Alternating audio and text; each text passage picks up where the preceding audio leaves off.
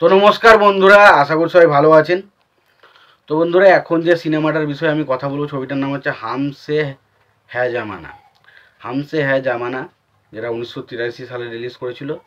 ছবির পরিচালক হিসেবে কাজ করেছিলেন দীপক বাহানা, এবং ছবিটাতে অভিনয় করেছিলেন মিঠুন চক্রবর্তী, তারপরে ড্যানি, আমজাদ খান, জিনাত, তারপরে কিরণ কাজল কিরণ, এরা অভিনয় করেছিল। ছবিটা নিয়ে যদি কথা বলি, তো দেখুন, এটা একটা ফ্যামিলি এন্টারটেইনার সিনেমা, যেখানে একটা ঠাকুর পরিবারের যে একটা মানে বাজে কাজ, সেই কাজটার উপরই কেন্দ্র করে ছবিটা তৈরি করা হয়েছিল। ঠাকুর পরিবারের একজন ঠাকুর বংশের একজন লোক রয়েছে, তার বড় ছেলে এবং বড় স্ত্রীর সাথে তার সম্পর্কের বিচ্ছেদ ঘটায়। তার একটা আবারও বিবাহ করে একটা অল্প বয়সে একটা মেয়েকে, যার নাম হচ্ছে কমলা। এবং সেখানে তাকে বিবাহ করার পর দেখা যায় যে তাদের পরিবারের যে ছেলেগুলো রয়েছে তারা তাড়িয়ে দেয় এবং তার পরবর্তী সময় বিভিন্ন রকম সমস্যা থাকে ঠাকুর পরিবারের সাথে তাদের। এবং একটা টাইমের পর দেখা যায় যে তাদের এই যে ঠাকুর পরিবারের বিরুদ্ধে একটা গ্যাং লিডার রয়েছে, একটা শ্রমিক লিডার রয়েছে, সে তাদের বিরুদ্ধে টাকার পরিমাণ বেশি করে চাইলে তাদের সাথে ঠাকুরের একটা সম্পর্কের বিচ্ছেদ ঘটে। এবং ঠাকুর প্রথমত তাকে বলে যে তাকে সে টাকা বাড়িয়ে দেবে, বাট শ্রমিকদেরকে খুব একটা বাড়াবে না, এবং বাকি খুশি করার দায়িত্ব কিন্তু তার।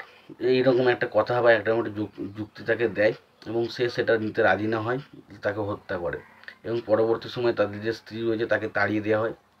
এবং তার পরবর্তী সময় আবার দেখা যায় যে প্রথম স্ত্রীর সাথে তাদের দ্বিতীয় স্ত্রী, প্রথম স্ত্রী তার উপর একটা মানে কেস করে। এবং দেখা যায় যে তাদের যে ছেলে রয়েছে না, সেই ছেলের একজন, তার যে ঠাকুর পরিবারের যে ছেলে রয়েছে প্রথম স্ত্রী, সেখানে যে একটা হচ্ছে মিঠুন চক্রবর্তী হয় এবং একটা ড্যানি হয়।